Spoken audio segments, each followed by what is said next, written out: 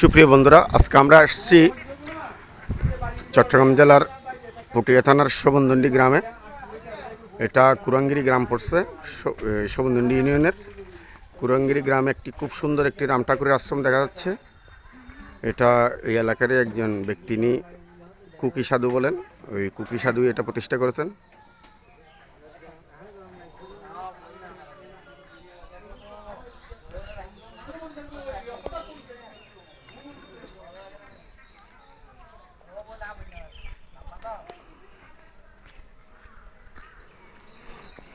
সামনে বিশাল একটি জায়গা নিয়ে, এখানে অনেকগুলো জায়গা, প্রচুর পরিমাণে জায়গা দান করেছেন কুকি সাধু,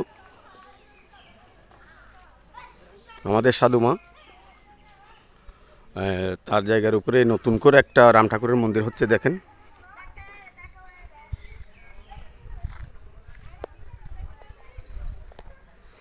বিশাল একটি রাম ঠাকুরের আশ্রম হচ্ছে, খুব সুন্দর। এটা নির্মাণাধীন অবস্থায় আছে।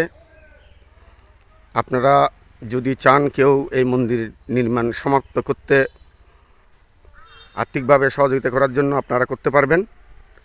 এটা শোভনদণ্ডী গ্রামে ইউনিয়নে, আর এটা পড়ছে যে আপনার কুরাঙ্গিরি গ্রামে পড়ছে, শোভনদণ্ডী ইউনিয়নের। দেখেন কত সুন্দর একটি রাম ঠাকুরের আশ্রম হতে যাচ্ছে, বিশাল আকার,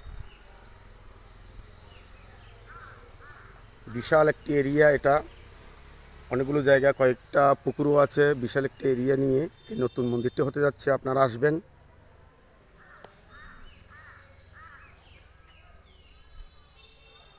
দেখেন, এরপরে দেখাচ্ছি সামনে যে মন্দিরটি দেখা যাচ্ছে, মনে হয় আমাদের কুকি সাধুর এই ওয়ারিশ হবে।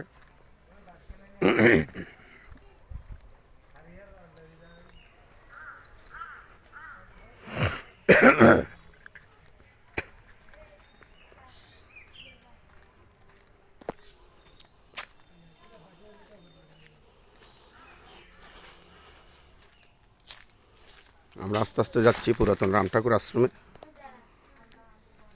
বটবৃক্ষ খুব সুন্দর। এই যিনি কুকি সাধু, ইনি দেহত্যাগ করেছেন, ওনার সমাধিস্থান এটা।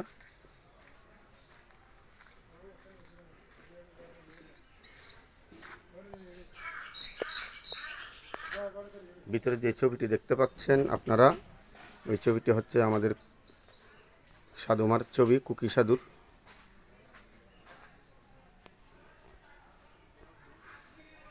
এটা কুকি সাধুর সমাধিস্থান। ভালো আছেন?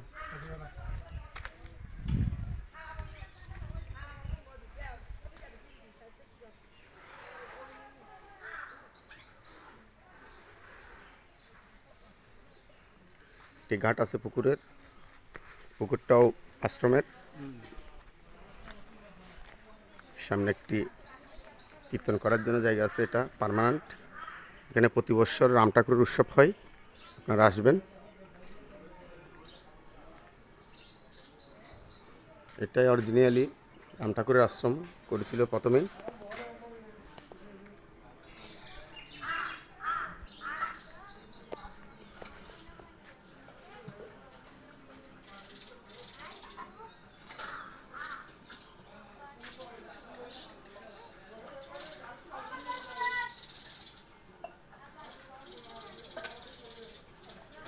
রাম ঠাকুরের আশ্রমের এই কাঁঠাল গাছটি দেখেন, খুব সুন্দর। ঠাকুরের কি অপরূপ মহিমা।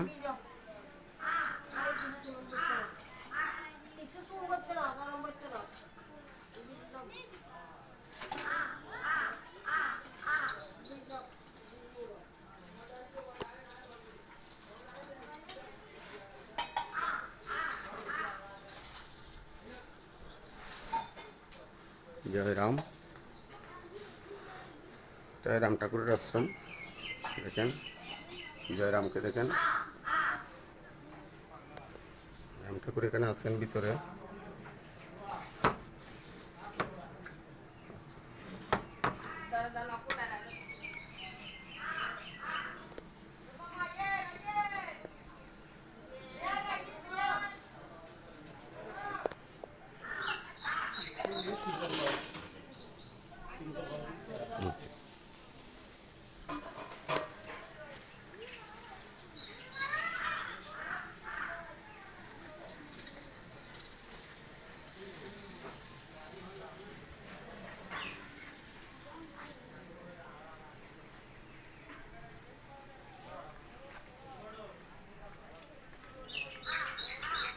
মনের মন্দিরে লেখা সেই প্রিয় নাম, জয় জয় জয় রাম ঠাকুর লও হে প্রণাম।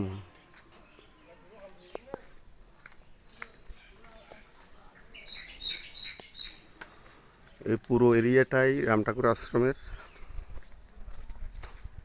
বিশাল একটি এরিয়া জুড়ে রাম ঠাকুর আশ্রমটি করা হচ্ছে।